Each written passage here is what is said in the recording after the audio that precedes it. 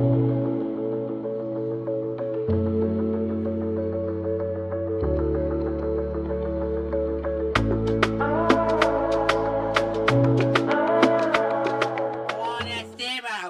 back to the Hog Show brought to you by the Pub Brain Podcast.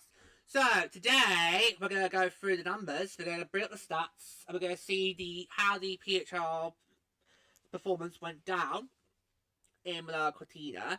So today we're going to go through all the statistics and focusing on just the players who are on a PWHL contract who competed in Milano Cortina. Yeah. So I'm going to bring it up now.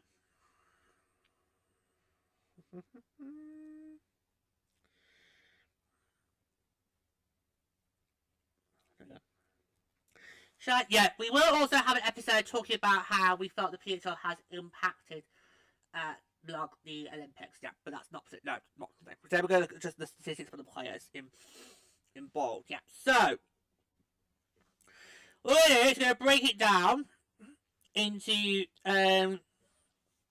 two categories. Okay, that is the skaters and the goaltenders. Do we want to look at team stats, or is it just nah? Okay, right. Okay, so let's look at the skaters first.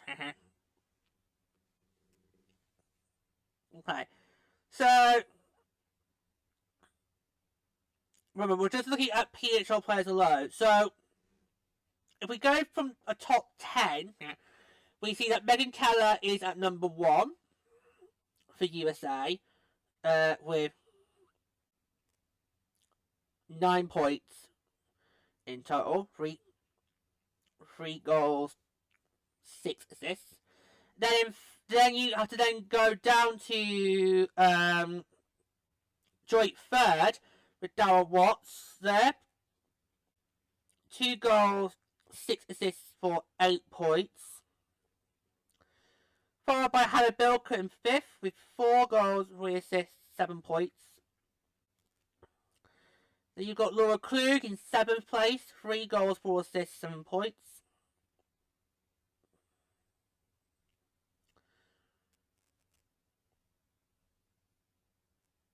And then that's pretty much about it. Then after that you got Alina Murray 11th with 4 goals, 2 assists, plus 6 points. And then Alex Carpenter, 3 goals, 3 assists, 6 points. In for 12th there. Sarah Philly is also in 12th with 3 goals, 3 assists, 6 points. And Harry Knight joined 12th. Wow. 3 goals, 3 assists, 6 points. Then in 15 you got Britta Carsalemi, 1 goal, 5 assists, for 6 points. 16 Julia Gosling, 3 goals, 2 assists, 5 points. Also 16 Kristen O'Neill, 3 goals, 2 assists, 5 points. So Height is 18th. 18th! Yeah. It was her first games player, let's be fair. 2 goals, 3 assists for 5 points.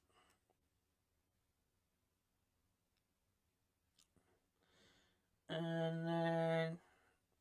wow, Captain Clutch in 22nd. No! 3 goals, 1 assist, 4 points.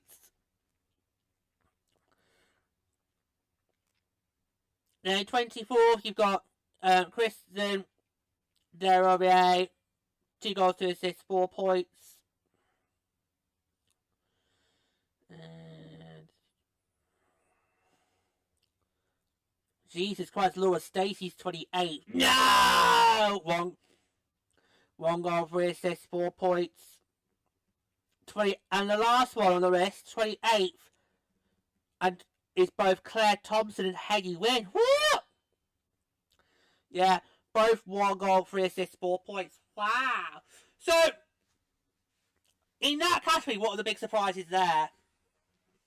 Or any, or I think Megan Keller literally, was absolutely impressive. I think if it wasn't for KK, I think you could have made a case for Megan Keller to have been named tournament MVP. Especially of course she got the golden goal. Yeah. Huge. I mean, you know, she's Boston's captain this year. Taking over Harry Knight was not easy, and yet what she managed to do with that team is absolutely brilliant. Oh yeah, yeah. I mean, Boston were see it there as a lot, not just a per contendership, also as a lot of cup contender this year. So it's kind of a bit surprised. Obviously, they ended up being knocked out of the playoffs not too long ago. Yeah. Yeah. I just feel Megacare had a really great tournament, and you know, if Boston can keep hold up in this next expansion process, then you've got someone to make a real huge impact for your team. Yeah, I mean, I don't think after Harry Knight went to Seattle, I don't think we really talked about who that next captain was going to be, because it was still a bit of a shock that Boston chose not to protect Harry. Yeah. So, but I think Megan Keller, at the end of the day, was a very good shout. She most likely will be nominated for Defender of the Year. We'll see how that goes. Yeah, but I was very impressed with her tournament. Yeah, and I also feel if we talk about players that we aren't surprised to see where they are at, I feel another one to highlight would be. Let me see.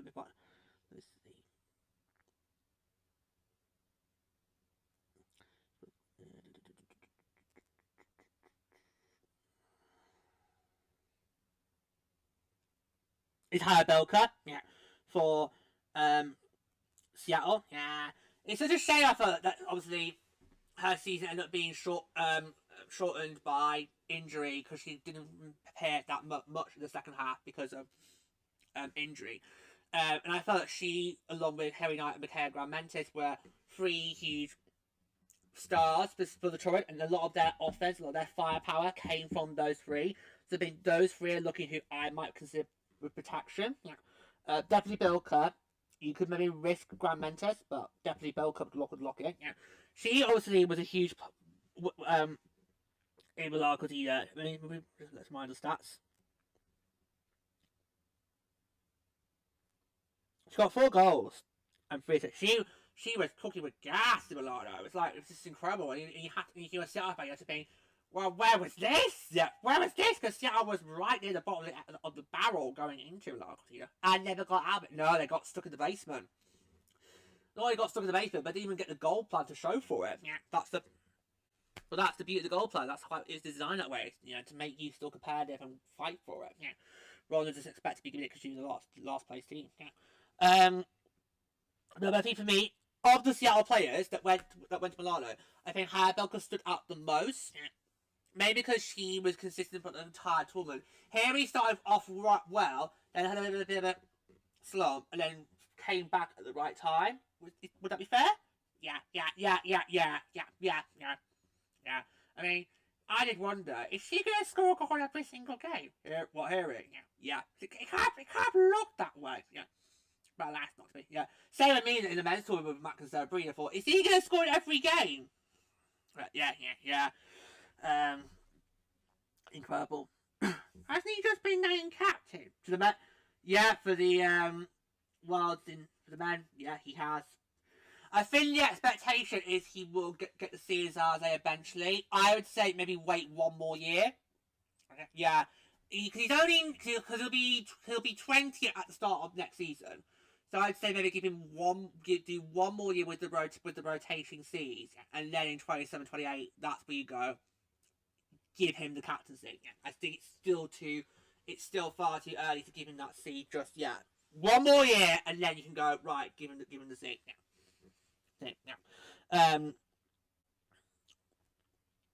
So obviously, Habelka was just impressive.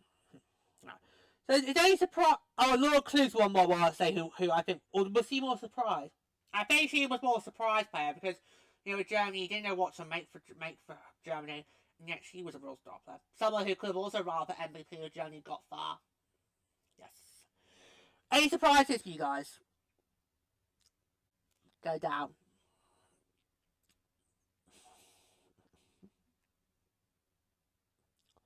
I see. Yeah. Right, we've got to bear in mind that this was High C's first Olympic tournament. Yeah, but she's had plenty of world championships under her belt, so she knows what it takes to play in international competition. Yeah. And she's been a huge star for us since we drafted her in that inaugural season. Yeah, so I just, yeah, it was a bit of a disappointment, really. You know, especially how she's had a very good year. She's been high scoring. Yeah. And you just kind of feel, oh, this wasn't her best, you know. Yeah, I think a lot of the Frost players struggled to really find the offense. It was actually Seattle that led the... Well, you gotta remember that apart from us, Seattle had also had a high contingency of players on USA's roster. Yeah. So I wasn't surprised to see one of those two high contingencies dominate, but I think, yeah, you're arguing with us probably then. Seattle, but it's good. It's good. It shows that there is life in Seattle. Just get the chemistry sorted. Get your chemistry sorted. Yeah. Yeah, so I think when she comes back, because she'll have like the defense out there, I think our next tournament she'll be able to give you a lot more better because she'll have more experience on her belt. Yeah. But at least she got at least a goal. Yeah. Oh yeah. Yeah, at least she did get a goal, so that's good. That's really good for her. But she's definitely one of those you think, oh, we expected a lot more. But if we go further down, yep. Look at that. Laura Stacey, 28, declared Thompson heady win. And then Captain Clutch, I don't know where she is. 20. Wow. Captain Clutch, 22nd. Wow. Well, of course, Marie Thiepman did suffer an injury, so that can explain it. But Laura Stacey, that is just insane, those numbers. Yup, that's just insane. It's like, wow. Yeah, I don't even know where to go with that. I don't know where to go. Just incredible. Man. These two are pretty much the backbone of the Big 12, and yet they didn't really do that much with Canada in Milano Cortina. Well, you've been moaning about Canada for a year now. 4 years. A 4 year. Oh, you gotta go all the way back to last year's World Championships in Czechia. So for a 4 year now, the lady has slagged off Canada. And rightly so. I mean, you two didn't see it, but I did with the Ribuses series this season. Canada didn't show up. They got massively outscored, 24-7 all 4 games. Jeez. And one of them, they gave up 10 goals. Yeah. Yikes. That's very unusual for Canada. Canada's normally one dishing out 10 goals. Never mind taking 10 goals. Exactly. So it's like, what the fuck? What the hell's going on there? What the hell's going on there? Yeah, very surprised to see that they're where they are. Right, so we're on to goaltenders. Right. So no prize for getting who's at the top. At the top, it is Aaron Frankel. No surprise there. No.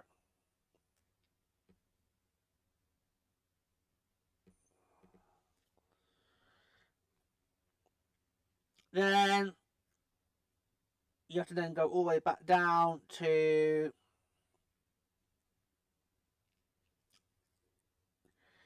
Andre Desbiens in 7th. Yeah.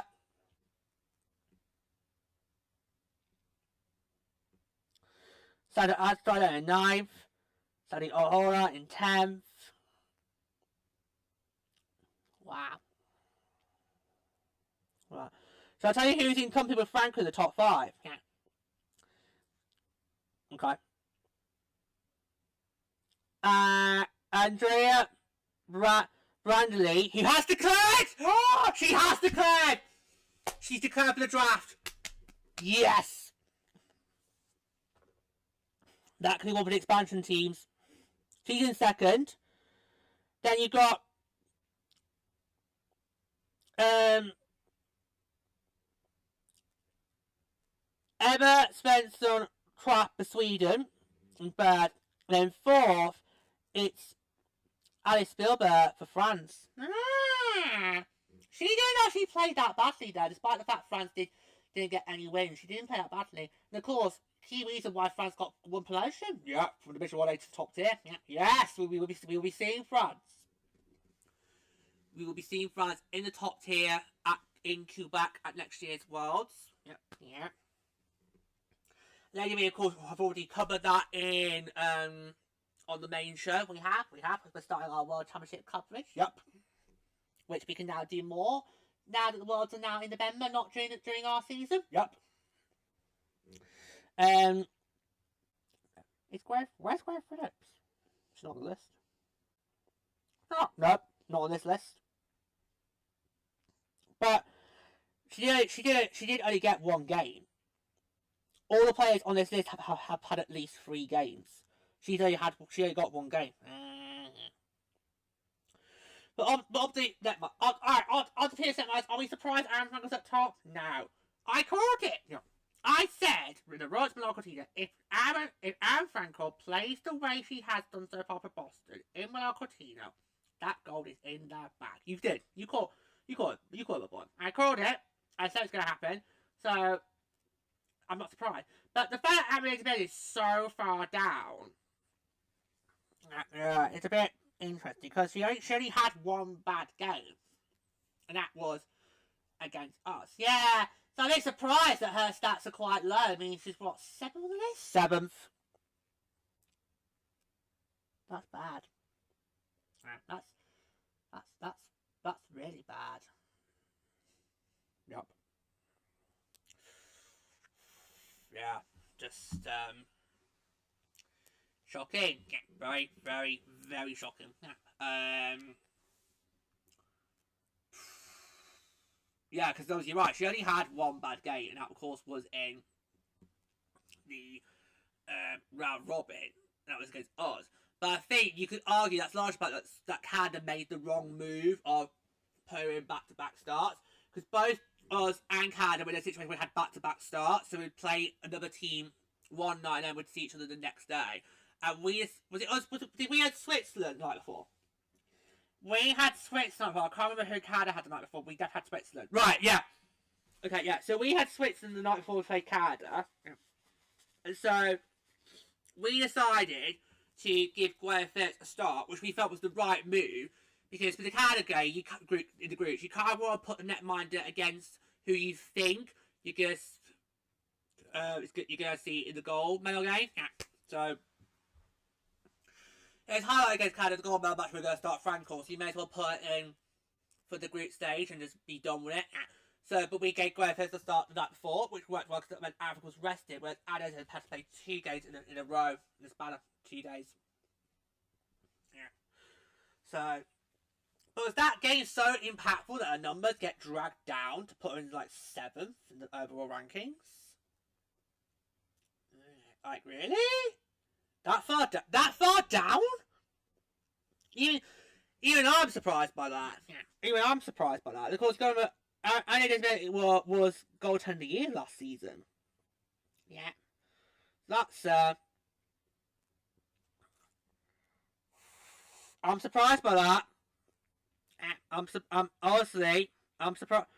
surprised by that. Wow, that is. Oh my god! Right, I don't know where to go from there. I don't even know where to go from there. Wow, I'm genuinely, I am very surprised by that. Wow, I'm surprised. Oh dear, yeah, wow. Whew. Yeah. Like I said, she only had 1 bad game. Yeah, crazy. Right, do you want to finish off with some team stats? Because I think some of these will blow your minds. Yeah. Okay, right. So I'll just do top 3 in each category. So first up, we'll look at scoring efficiency. So in 3rd was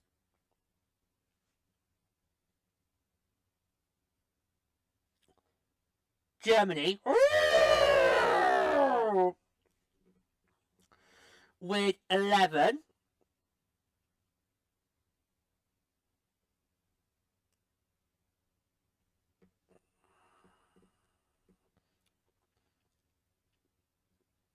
Not Sweden. No, it says Germany. Canada second with 22. And of course, USA first with 33. Oh, no surprise then. We literally did pretty much bulldoze the entire competition. Had quite a few shutouts, so not surprised there. No. Right. So it's a power play.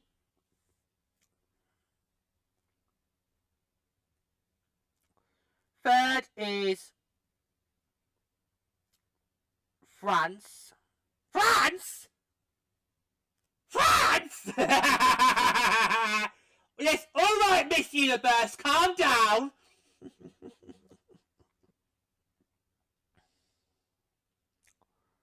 You only know about that because the meme got brought up after Junior Division. Oh yeah, was it in 2023? Yeah, where the Irish delegation came on and just went, France!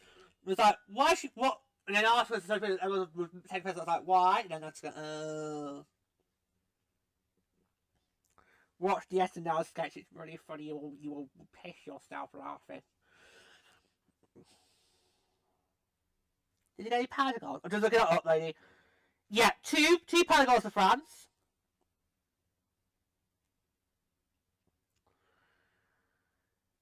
Sweden second with 5 power play goals. And Canada's first with 7. Woo! No USA? No, USA is down in 4th. Wow! Wow. Just missed out there. Okay, so in terms of penalty kill.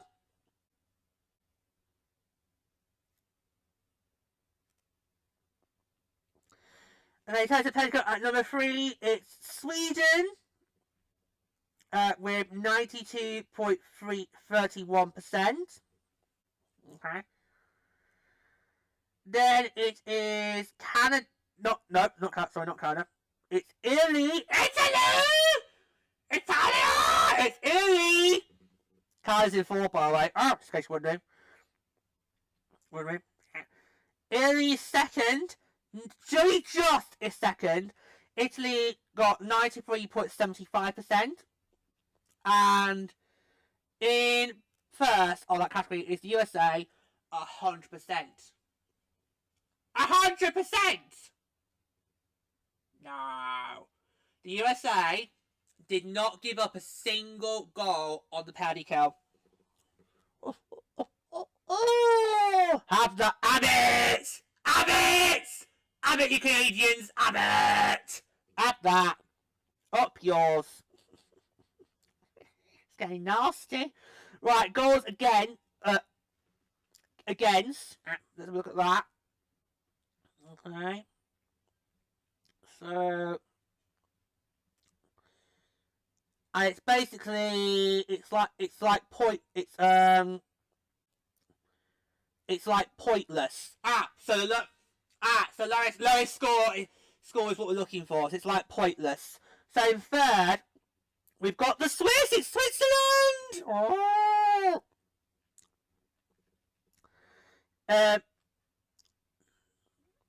There with 18 allowed.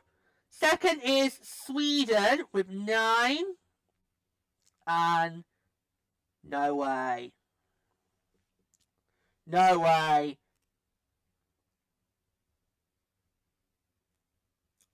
Italy's that category with 2. No!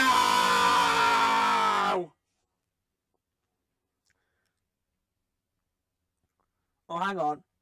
Or have I got confused? I'm looking now. Looking to look at that. No, it's our flag. Is it? No. Oh, sorry. My bad eyesight. Sorry, it's my bad. Sorry, it's my bad eyesight. It's because you got your phone on dark mode. I have to on dark mode for my eyes.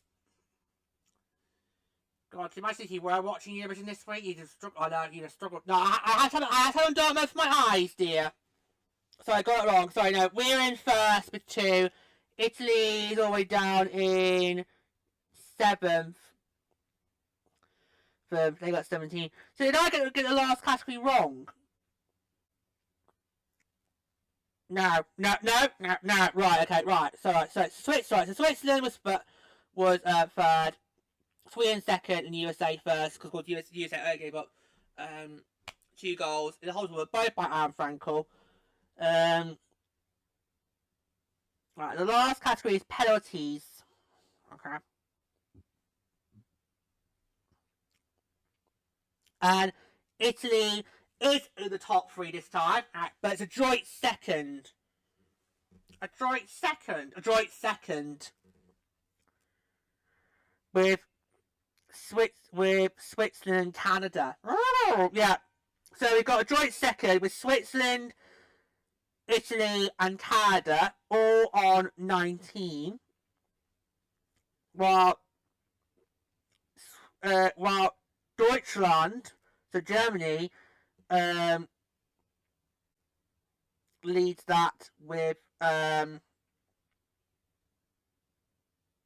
says 21. Oh.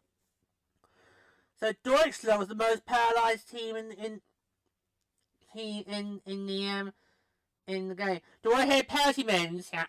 Right, for our tied nations, 38, and for Deutschland, 42. What did the USA get? USA were ranked 7th, and their penalty minutes was 32. Yeah, and that's pretty much all the stats right there. Okay, so there we go. That is all the various categories. So moving on, as a final thoughts. What did you make of those stats? Well, interesting for a start. Particularly on with the yeah.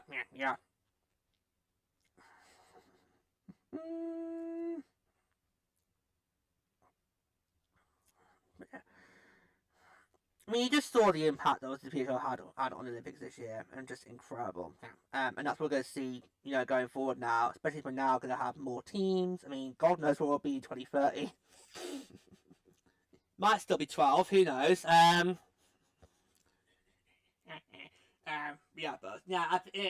It's incredible to see all these players on the stat sheets, and that there for the PHL, down the PHL. It's incredible. Yeah, it's just so incredible to see. Yeah. It just gives you excitement for the years ahead. For what's to come. Yep. Just gives you so much excitement. Yep. There you go.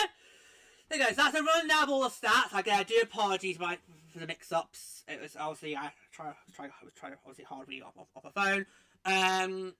Yeah, like I said, we will have an episode where we're going to talk about how the PHL impacted the Olympics as a whole, and that'll be for next time. Today was just a quick look at the stats and all that. So, thank you so much for joining us as always. Until next time. Ciao for now. Yeah. Ciao for now.